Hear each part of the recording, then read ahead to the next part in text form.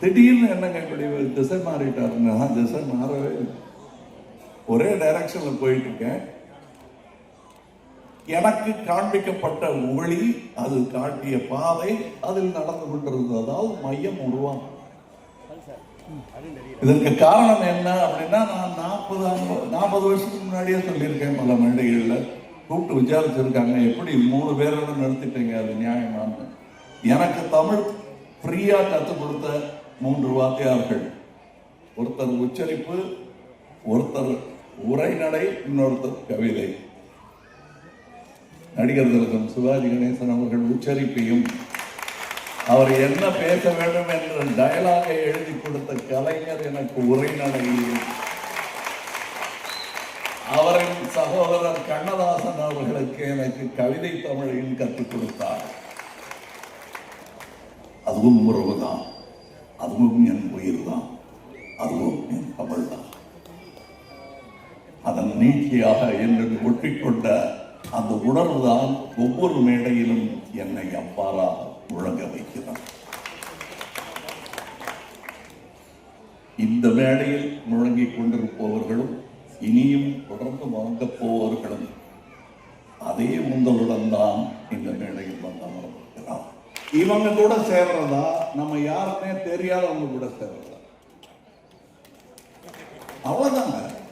இல்ல பெரிய சிந்தனை, அரசியல் அறிவு அவங்களுக்கு மட்டும் இருக்கிறதா நினைச்சிட்டு நமக்கு இல்லாத போல் கவலைப்பட வேண்டாம்.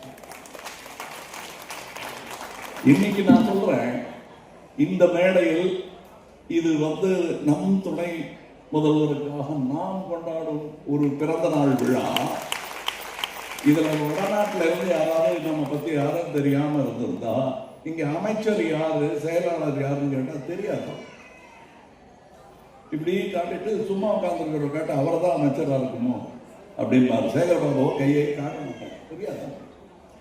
ஏன்னா அவரை பார்த்தா அவர் ஏதோ இது இந்த நிகழ்ச்சியை நடத்திட்டு ஒதுங்கி போற ஆள் மாதிரி. அப்புறம் உட்காந்துட்டாரு, ஓஹோ இவர்தான் அமைச்சராக இருக்குமோ அப்படின்னு தான் அவங்களுக்கு தெரியும். இங்கே ஓடி ஓடி உழைத்தவர்கள் அயர்ந்து உட்கார்ந்த இடம் தான் இந்த பதவி.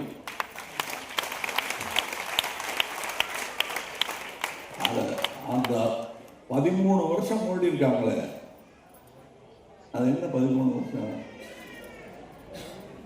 அதுதான் 13 வருஷம் ஓடினாலும் அதுல எங்களுக்கு வெற்றியே கிடைக்கலன்னு சொல்ல முடியாது. 5 முறை முதலமைச்சர் ஆகியிருக்கிறார். 13 வருஷம் அவருக்கு ஓய்வு கொடுத்தது கரெக்டு தான். எங்களுக்கு வருத்தமா இருந்தது. ஆனா அந்த ஓய்வு கொடுக்கலன்னா அவர் 90 வயசு வாழ்ந்துருக்க மாட்டார். நன்றி, அந்த ஓய்வுக்கு நன்றி. ஏன்னா இன்னும் கொஞ்ச நாள் இருந்தார். அதே போல் அவர் பேரனும் வெகு நாள் நீண்ட நாள் வாழ்ந்து இந்த அமைப்புக்கு நன்மை சேர்க்க வேண்டும். திமுகங்கிறது ஒரு உணர்வு. கலைஞரே பிறக்கலைன்னா, அண்ணாவே பிறக்கலைன்னா வேற யாராவது வந்தே ஆக வேண்டிய நிலைமை. நல்ல வேலை இவங்க வந்தாங்க.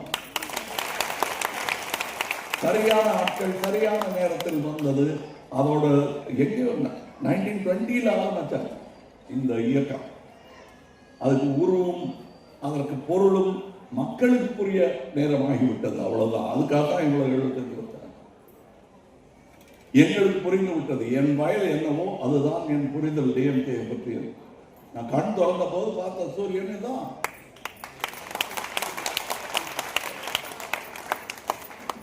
அதுல எனக்கு ஒரு இருட்டு வரும். நாங்க இருட்டு பள்ளம், நாளை சூரியன் வரும். இருட்டை பார்த்து பயப்படாது.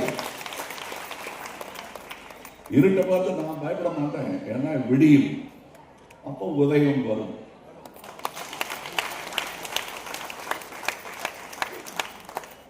உதயநிதியும் வருவாரு. இன்னொரு பாராட்டு விழா கூட்டம். இந்த அரங்கம் 10வது.